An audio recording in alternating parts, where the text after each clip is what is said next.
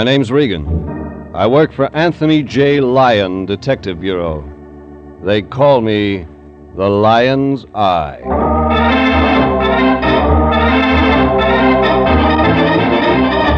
Wednesday at 9, and CBS brings you Jeff Regan, Investigator, starring Paul Dubov as Regan with Frank Nelson as Anthony J. Lyon. So stand by for mystery and suspense and adventure in tonight's story titled, It All Comes Back to Me Now.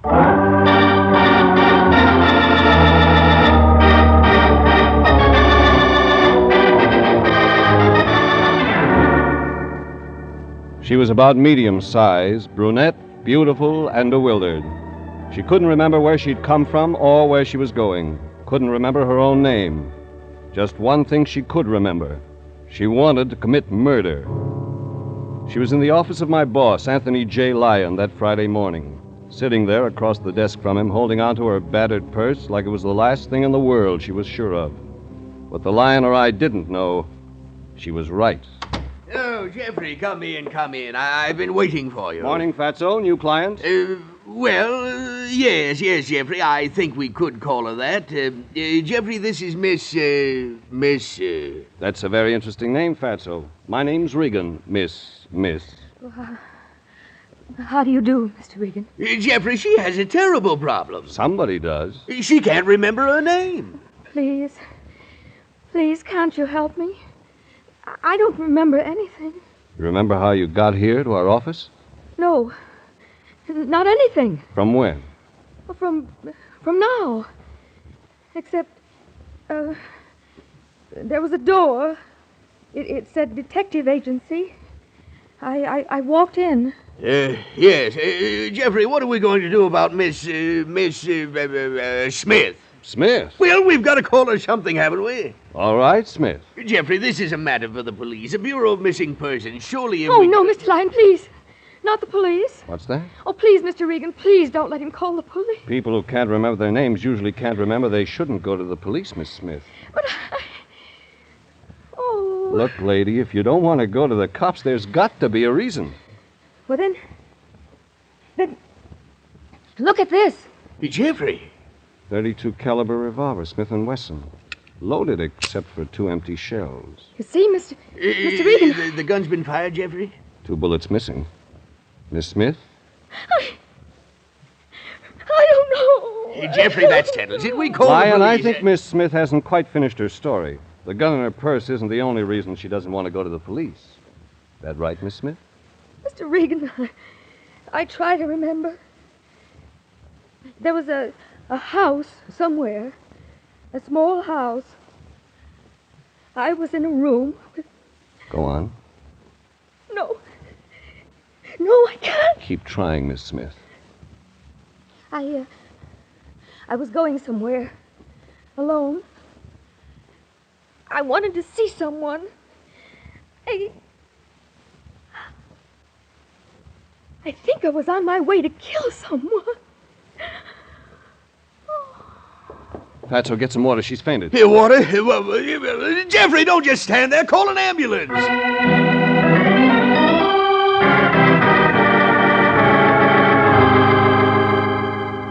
The Lion was right. Miss Smith wasn't just a quick faint. Her breath came in short, hushed spurts, and her pulse was a whisper.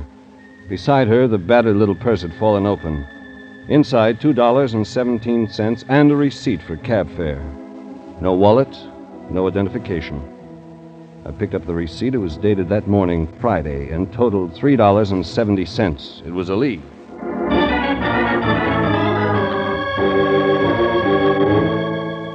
I sent the Lion with Miss Smith in the ambulance and then headed for the main office of the cab company. It took me 2 hours to get what I wanted. The receipt was for cab number 702, one of the new cars the company added, and it was usually driven by one Joseph Rupnick.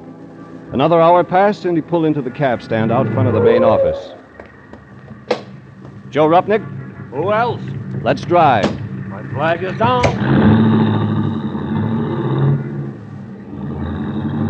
Where to, Mac? Did you drive a medium-sized brunette this morning, Joe? It'd be a pleasure. Think.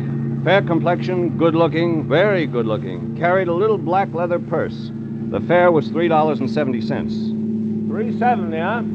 You know, that's a nice fare. What'll it buy, $3.70? Well, let's see.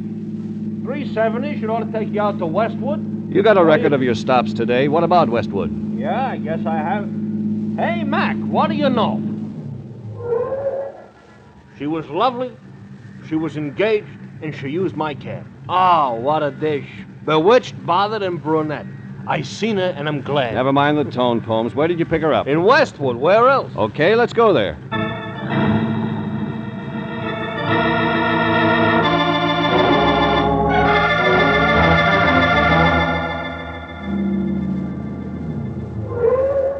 This is it, Mac. Right here on this corner. She was standing here. Naturally, I stopped. Naturally. Thanks. See you around. No, you're welcome, but I'm staying. Staying where? Now, look, right here, Mac, look. You don't have to be a mind reader to spot you for a private eye, shamus, or gumshoe. This means the jackpot. My cab is at your service. That's your business, Joe. Only keep your flag up. Shouldn't worry about a thing. Besides, when else do I get a chance to check the horses at Tanforan?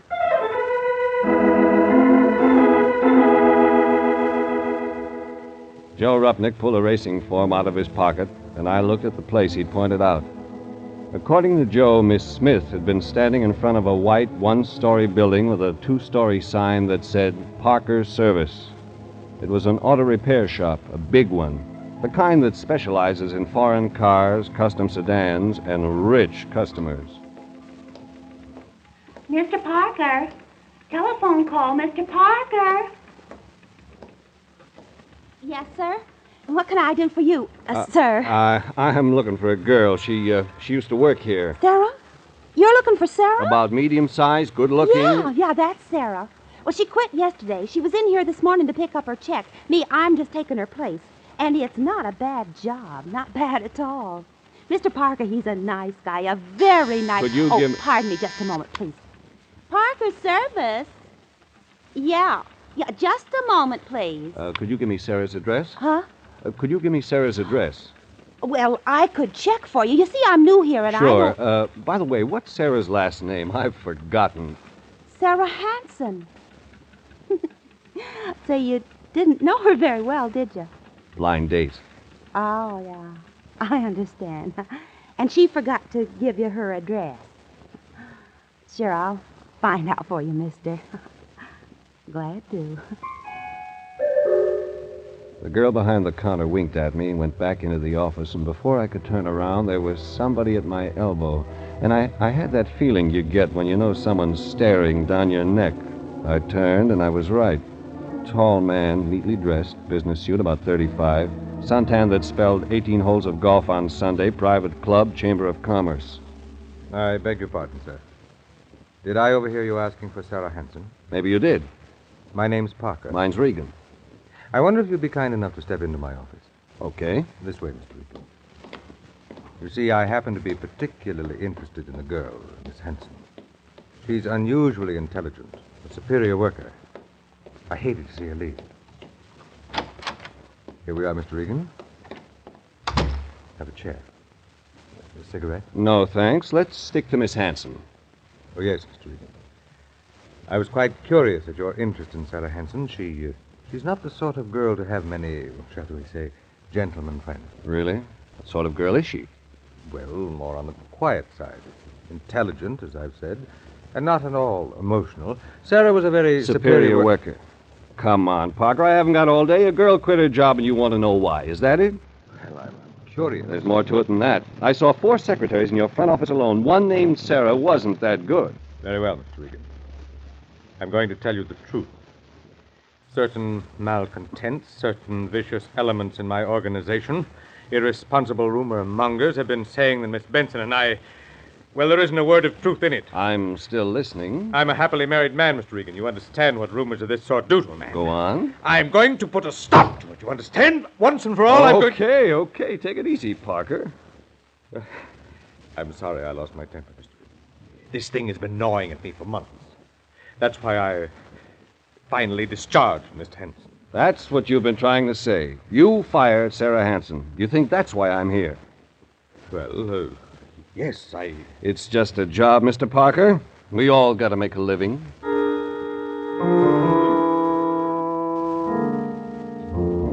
Somewhere in it, a story was beginning to take shape. Parker apologized again, and I left his private office. Out front, the receptionist had Sarah Hanson's address, and I took it. When I got to the street, Joe Rupnick's cab was still sitting there. Hop in, Mac. I'm available. You find the gun? No, but I've got an address. Great. I got them all lined up for tomorrow at Tanforan. Let's go.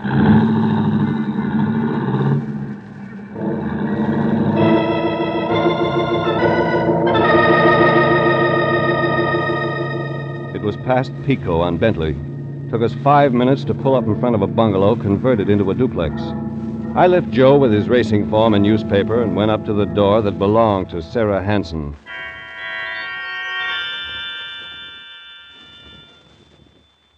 I rang the doorbell.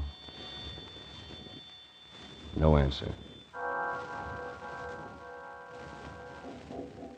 I knocked. Same results. The sun was sinking somewhere in the distance, and the early mist, the prelude to fog, was settling in fast. I tried the doorknob. No results. And then something told me to get inside that apartment, to get in with or without a permit, with or without a key.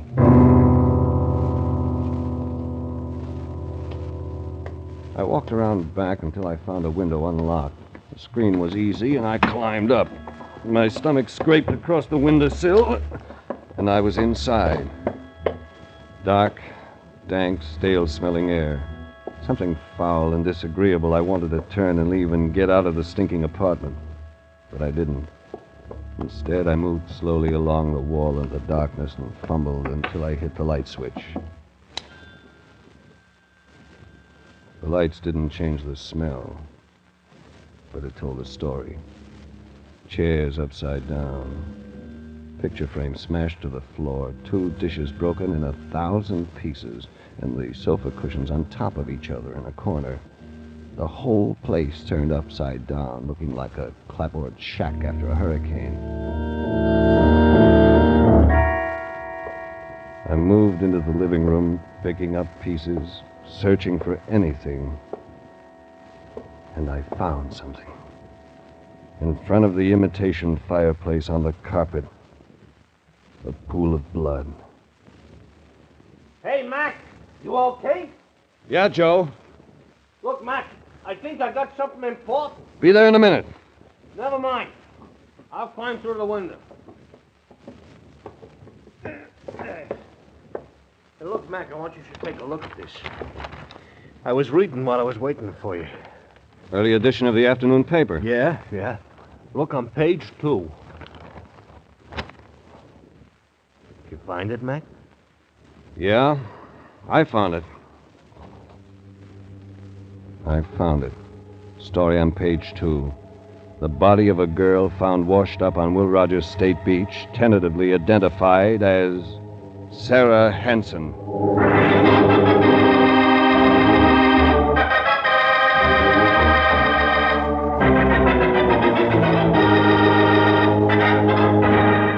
This is CBS, and you are listening to tonight's adventure with Jeff Regan, Investigator, entitled It All Comes Back to Me Now.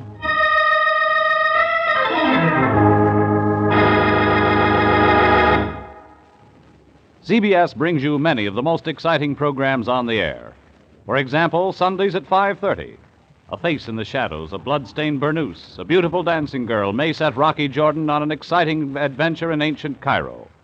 Follow Rocky Jordan as he moves through the dangerous streets of the capital of Egypt. Meet Rocky Jordan this Sunday at 5:30 on CBS. And now, back to tonight's story titled It All Comes Back to Me Now, and Jeff Regan, Investigator.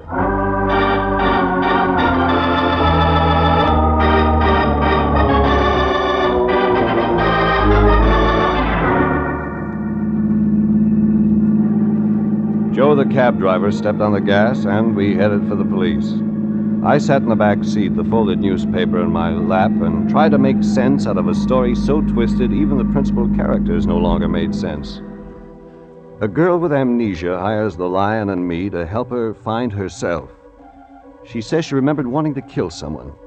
She collapses, and I follow a lead to a cab driver, to a repair shop in Westwood, to the home of one Sarah Benson, That was when I read the early afternoon paper which said a girl had been found washed up on Will Rogers State Beach. Her name, Sarah Hansen. It was getting late. Streetlights turned on, traffic jamming and honking its way up Sunset. But that didn't stop Joe Rupnick from hitting 40 between the cars. We made the police station at 6:45. Okay, thanks, Joe. That does it. What do you think, I'm leaving? Me, a sucker for a mystery? I gotta know how this comes out. It took me 15 minutes to get to Lieutenant Candid. Hi, Regan. Candid, I got a couple of questions. Regan, I am tired to the very bottom of my large, flat feet. Let's make it tomorrow. It can't wait. All right, Regan. What's her name? Listen, Candid, all I want to know is where you got your identification for Sarah Hansen. Sarah Hansen, age 27, height 5'4", weight about 117, hair blonde, eyes brown. Blonde. That's what I said, wasn't it? You fished her up off Santa Monica? Will Rogers State Beach. We didn't find her. Some swimmers did. They called. You weren't looking for her? Looking. We didn't know Sarah Hansen from my friend Irma. What's eating you, Regan? Candid, just tell me something else. Who identified the girl for you? Only her mother and father and brother and sister, that's all. Okay, Candid. Sorry I bothered you. It's all right. We can't find the murder weapon. We haven't got a lead on the killer, and I got to talk to you yet. She was shot? 2 slugs in her chest. 32s. Maybe Smith & Wesson. Gun's missing. That part of it wasn't in the papers. Don't we look bad enough already without making it worse? All we got on this case is a body. Even if it is a nice one. When was she killed, Candid? This morning, somewhere between 1 and 2 a.m., the coroner says. That isn't all. What else? Well, from the tire marks they found up the beach, there was another idea. We think maybe she was shot somewhere else and then driven down to the beach. This Sarah Hansen, she worked? Yeah, a place out in Westwood. Called, Parker's Service. We'll check everyone out there. Takes time. What about an address, Candid? Where did she live? Well, the parents say she moved out of their place a couple of months ago. Seems they had a fight, she and the parents. She wouldn't tell them where she was moving. They tell you anything else? Sarah Hansen was afraid of something, they said. Had them worried. That's when the fight started. She used to get phone calls from a woman. A woman? Yeah, every time this woman called, Sarah would leave the phone crying. Only happened a couple of times. Did they ever see this woman? Nope. They were wondering if it might be another girl who worked with Sarah. Feud. Only you haven't checked the employees yet. Like I said, Regan, it takes time. The shop opens up first thing in the morning. My men will be there. Thanks, Candid. Thanks a lot. Hey, Regan, where do you fit in this? Client, Candid. You know how it is. Maybe I don't, Regan. If you know something... I don't know anything, Candid. You wouldn't lie to me, would you? Sarah Hansen was a good-looking dame. A real good-looking dame. I never met her. You sure, Regan? I'm sure. Okay, I'll take your word. She's a real nice-looking dame, like I said. Kind you hate to see turn up dead. You want to see her, Regan? All right, Candid. We'll see her.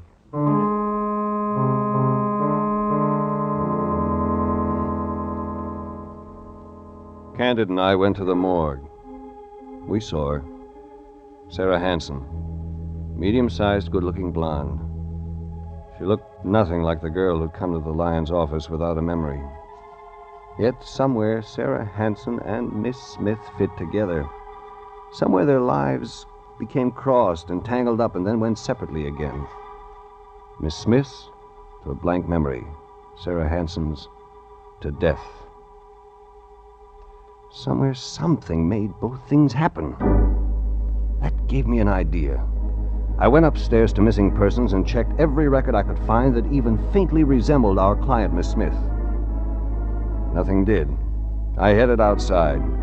Joe Rupnick was still sitting in the taxi. He turned it around, and we headed for the L.A. County Hospital.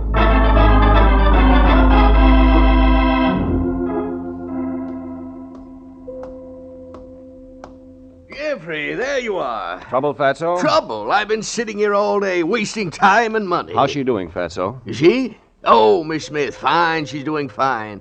Doctor says she was merely weak from too much tension brought on by the amnesia. Good, Lyon. I think we may have something. We may have something. You're darn right we have something. Hospital bills, doctors, nurses' bills. Every time the door opens to that girl's room, I add another $5. Jeffrey, this is ridiculous. We're not Fort Knox.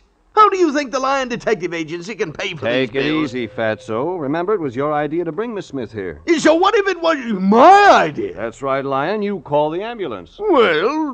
Well, that's no reason why we have to pay. Mr. Lyon, I'll have to ask you not to raise your voice. Yes, Miss Wilson, yes. Thank you, Mr. Lyon.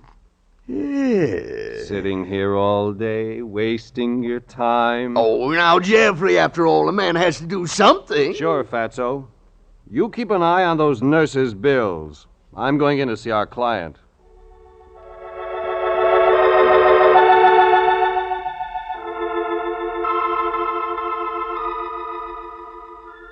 Miss Smith was lying there, pale face made paler by the whiteness of the sheets, the white hospital walls, the clinical smell of the room.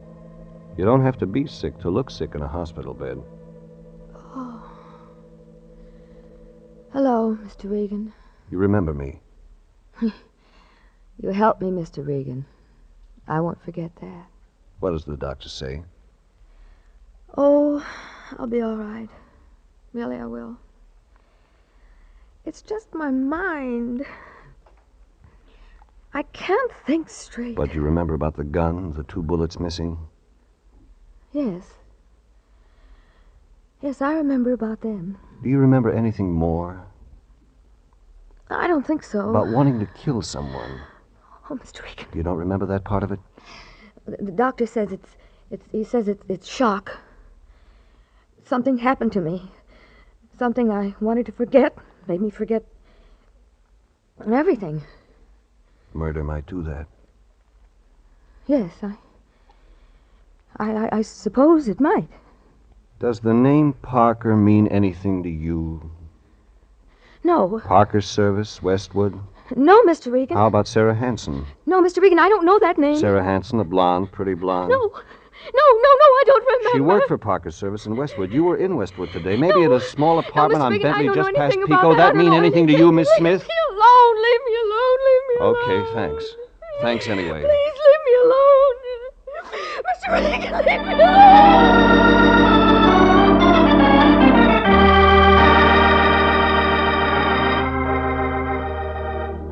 Somewhere the paths of Sarah Hanson and Miss Smith crossed. Somewhere their lives were woven in and out of each other until it was so mixed up, and then it made sense.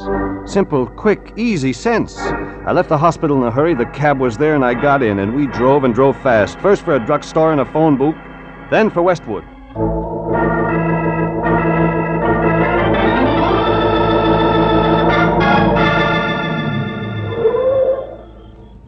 Look, Mac, now that we're here, what are we doing here? Visiting Joe. Yeah, don't sound friendly somehow. You sit tight, I'm going in. Look, that house is dark. Nobody's home, Mac. Maybe, maybe not. If I'm not out in 10 minutes, get to a phone and call the police. You got that? Yeah, call the cops. It was 50 feet back from the street. Not a mansion, not a little house. Grounds well kept, lawn neat and trimmed. I moved slowly up the walk toward the front door. The fog had settled on Westwood Village, and the soft dampness sifted under your clothes and made your skin turn cold. Up ahead, the dark house, waiting. I changed my mind, moved along the side of the house toward the fireplace. That might mean den, and the den might mean proof. Around back, a patio and French doors next to the red brick. Still no sounds from the dark house. I tried the French doors. It was the den. Books, heavy leather chair and desk. On the desk, a photograph, too dark to see. I picked up the metal frame and lit a match. It fit. The final nail in a murderous coffin. You like the photograph? Get your hands off your gun, Mr. Regan. That's better. Only one of us needs a gun just now. Just you, Parker. The photograph is almost a perfect likeness, isn't it? Beautiful woman. But not beautiful enough for you, was that it? Beautiful but possessive. She didn't understand me. And Sarah Hansen did. Jane killed her. So that's her name, Jane Parker. Too bad you've never met her, Mr. Regan. I've met her, Parker. In fact, I just left her less than 30 minutes ago. It's a lie. You've never met my... Your wife, Jane Parker. She asked for help. Regan, you're lying. You tell me a better story. Where is your wife? I don't know. But you'd like to, wouldn't you? You'd like to know so you could see her once more, so you could see her and shut her up. She told you. That you killed Sarah Hansen? She was lying. She killed Sarah.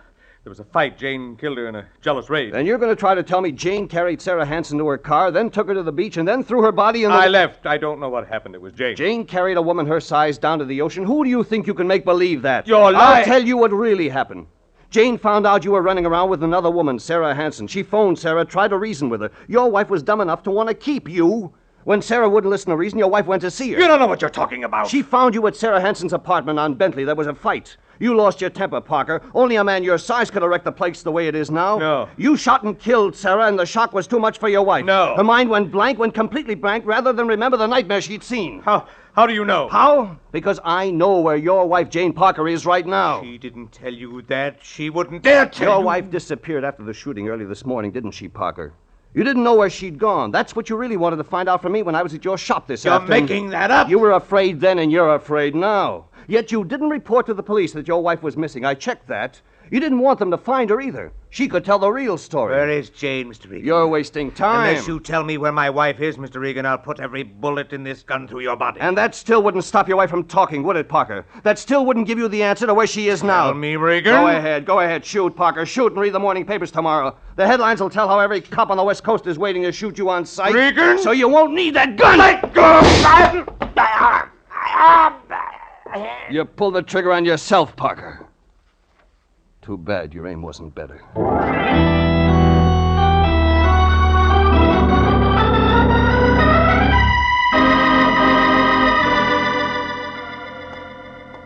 Dr. Dana. Dr. Stephen Dana. $16 a day for room. Private nurse. Hiya, Fatso. No, don't bother me, Jeffrey. I'm very busy. A room at $16 a day. How's our plus client, Dr. Lyon? She doing okay? $16 a day. Yeah, what's that, Jeffrey? Miss Smith, our client. Oh, you mean Jane Parker. Oh, why didn't you say so, Jeffrey? She's much better. Doctor says it'll take time, though. Let me see now. If you take 16 divided He thinks by she'll get her memory 2, back, Lyon. What? Oh, yes. He thinks it's just a matter of time. Mental block, that sort of thing. Very complicated, you understand. Oh, hey, Jeffrey, it's been a long day. You must be tired. I am a little. Come on, Fatso, I'll drive you home. Me? Mm-hmm. Oh, home?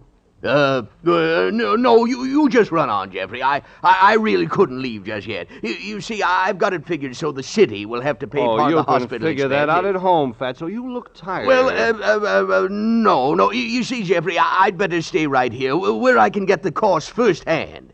That way I'll have it accurate when I charge the city. You know me, Jeffrey. Business before pleasure. Oh, yes, business before pleasure. Yes, I'm not satisfied until I've completely finished the case. You look peaked, boy. You run along, get some sleep. Me, well, I'll just sit here and work. Finish my job. I'm all ready, Mr. Lyon, if you are. Yeah. The night supervisor said it would be all right if I left early. Yeah. Isn't that just grand? Well, good night, Jeffrey. Good night, Fatso.